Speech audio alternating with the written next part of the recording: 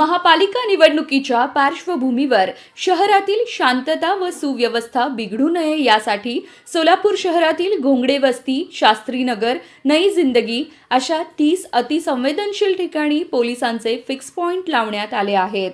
याशिवाय रात्री 10 नंतर विनाकारण फिरणाऱ्यांवरही पोलिसांनी निर्बंध घातले आहेत।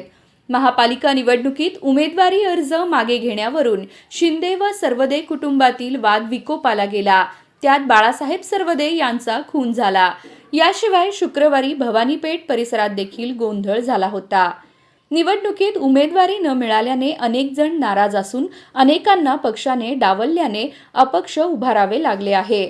त्यामुळे प्रचारादरम्यान 2 गटात वाद होऊ शकतात। या पार्श्वभूमीवर पोलीस आयुक्त एम राजकुमार यांनी सर्व पोलीस अधिकाऱ्यांची बैठक घेतली। त्यात त्यांनी रात्रगस्त प्रभावीपणे करावी, रात्री 10 नंतर विनाकारण फिरणाऱ्यांवर लक्ष ठेवून कारवाई करावी, आदी संवेदनशील ठिकाणी विशेष लक्ष द्यावे अशा सूचना केल्या आहेत।